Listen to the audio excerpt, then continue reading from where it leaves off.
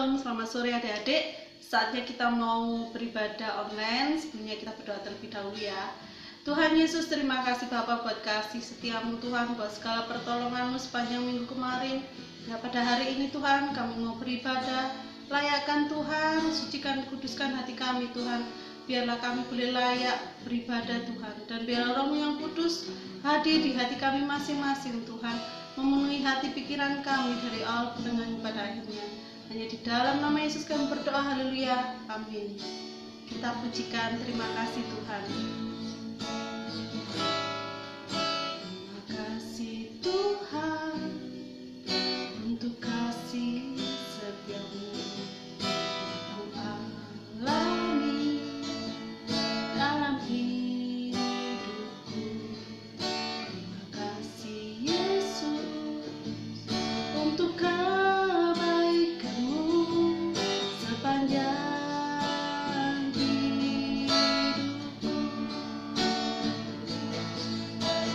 Terima kasih Yesusku buat anugerah yang kau beri, sebab hari ini Tuhan adakan syukur bagimu.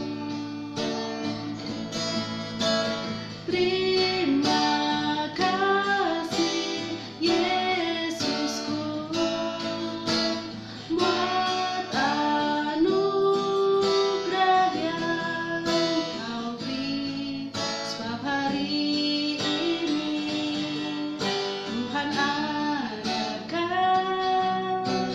syukur bagimu.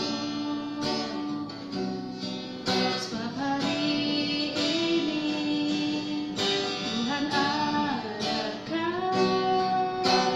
syukur bagimu. Sebab hari ini Tuhan adakan syukur bagimu.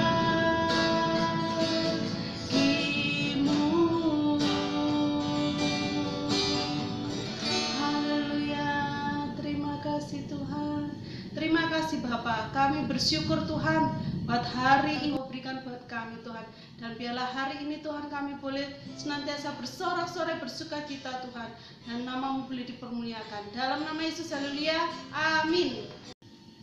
Kita memujikan anak sekolah minggu dengar-dengaran.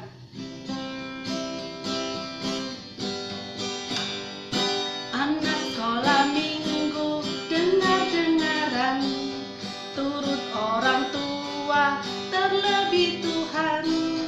Itulah tandanya anak yang manis, nanti masuk surga terima mahkota.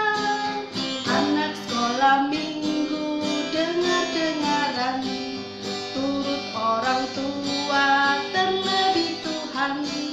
Itulah tandanya anak yang manis, nanti masuk surga terima mahkota. Nanti masuk surga terima mahkota. Nanti masuk surga terima mahkota. Amin. Baiklah, kita mau mendengarkan kebenaran firman Tuhan. Sebelumnya kita berdoa terlebih dahulu ya. Tuhan Yesus, terima kasih Tuhan. Saatnya kami Tuhan mau mendengarkan kebenaran firman-Mu. Biarlah Roh-Mu yang kudus Tuhan memenuhi hati pikiran kami Tuhan. Kami mau mendengarkan kebenaran firman-Mu Tuhan. Dalam nama Yesus kami berdoa, haleluya, amin. Baiklah, firman Tuhan pada sore hari ini kita mau baca di dalam 1 Samuel pasal 8 sampai pasalnya yang ke-15. Dari bacaan yang kita baca tadi, di situ mengisahkan tentang Saul adalah raja Israel yang pertama kali. Pada waktu itu, bangsa Israel dipimpin oleh seorang hakim. Kira-kira adik-adik tahu enggak siapa nama hakim itu? Yaitu Nabi Samuel. Nabi Samuel memimpin bangsa Israel cukup lama. Tetapi bangsa Israel tidak mau dipimpin hakim lagi. Dan mereka memiliki keinginan. Mereka ingin dipimpin oleh seorang raja, bukan seorang hakim. Lalu apa yang dilakukan oleh Nabi Samuel? Nabi Samuel berdoa kepada Tuhan dan Tuhan mengizinkan bangsa Israel mempunyai seorang raja. Kira-kira menurut adik-adik siapakah raja yang akan ditunjuk?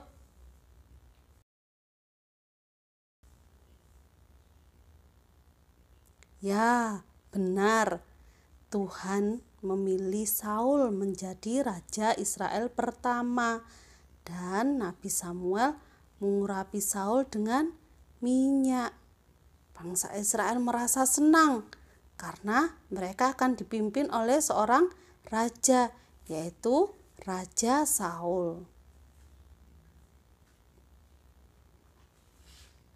Tuhan berfirman kepada Nabi Samuel agar Raja Saul mengalahkan musuhnya, yaitu bangsa Amalek.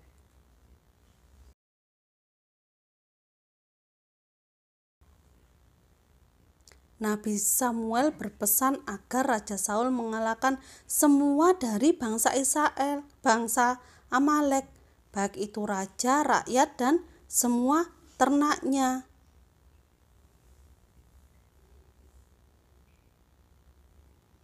Raja Saul mengumpulkan sebanyak 210.000 orang pasukan.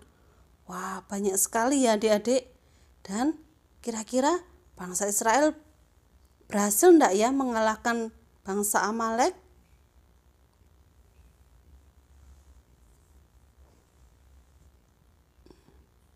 Kemudian bangsa Israel berperang melawan pasukan Amalek.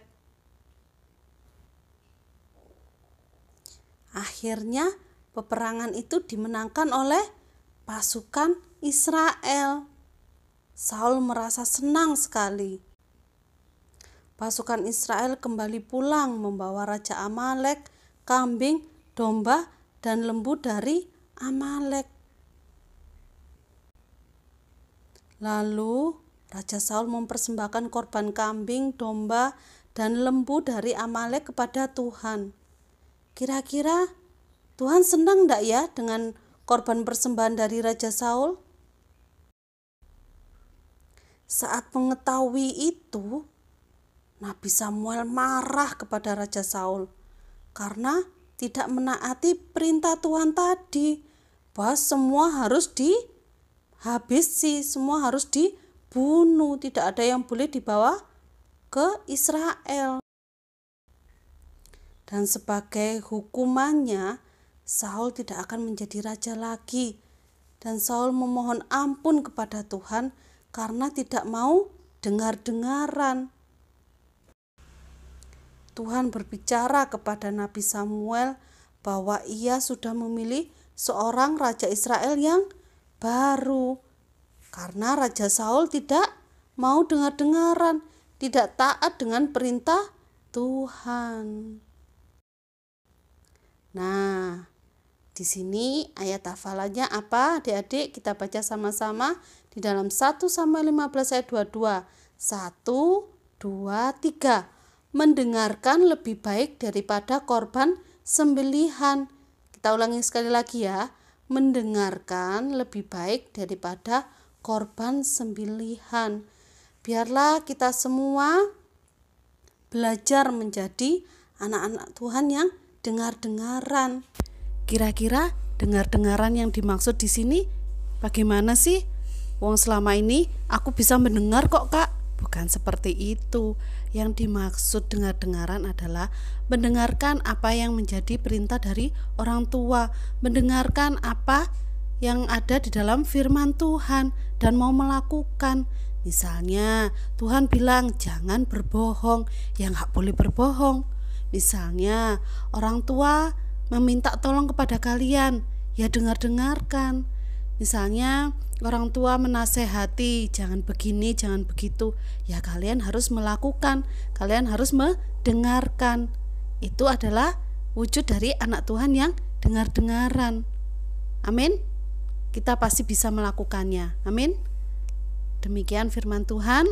Sebelum kita akhiri ibadah ini, kita mau berdoa terlebih dahulu ya adik-adik. Terima kasih Bapak buat firman-Mu pada hari ini. Ajarkan kami menjadi anak-anak yang dengar-dengaran Tuhan. Tolong kami Roh Kudus agar kami boleh melakukannya. Tuhan, kami berdoa untuk Bapak Ibu Gembala kami, berkati mereka, berkati kesehatan mereka, sempurnakan lebih lagi Tuhan, dan pakai mereka lebih lagi Tuhan untuk kemuliaan nama-Mu Tuhan. Terima kasih Bapa, berkati anak-anak-Mu dimanapun mereka berada, tutup bungkus dengan kuasa darah-Mu Tuhan. Jadikan mereka anak-anak yang luar biasa Tuhan. Kami percaya masa depan anak-anak ini menjadi masa depan yang penuh harapan Tuhan.